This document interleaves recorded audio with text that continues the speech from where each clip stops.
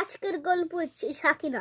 সাকিনা ছিল খুবই জেদি, তারপর তার খেত না, তারপর রুখিয়াকে ধরে ধরে পিঠানি দিল, তারপর সে কিছুটা ভাত খেলো, তারপর খাইতে দিকে আর খুবই রাগে ফুঁসতে থাকলো, আর তাকে এভাবে এভাবে এভাবে এভাবে থারবাতে লাগলো।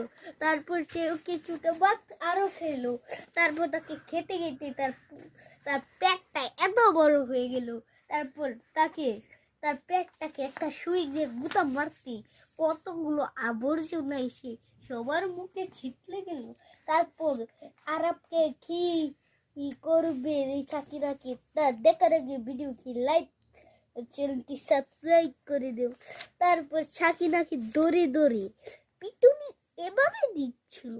তারপর তাকে কিছুটা ভেবে সবার চিকেন খুবই পছন্দ ছিল, আর কয়েকটা